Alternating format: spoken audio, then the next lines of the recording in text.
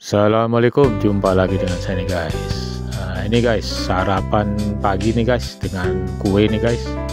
Kebetulan ada kue dari orang nih guys, dikasih hadiah nih guys. Alhamdulillah nih guys, bisa menikmati secangkir kopi pahit dengan kue coklat seperti ini ya.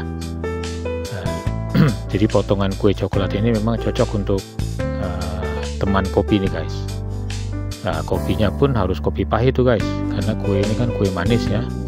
Ini full coklat, itu full coklat 100%. Nah, ini penampakan kopinya nih guys, secangkir kopi pahit kalau dipasangkan dengan kue coklat seperti ini, enak sekali rasanya nih guys. Nah, jadi kopinya harus disesuaikan ya. Kalau sudah kita makan kue yang manis, kopinya harus kopi yang pahit supaya ada keseimbangan. Jangan manis dengan manis jadi plus manis, nah, jadi tidak enak guys. Nah, ini ya penampakan kopi hitam pahitnya.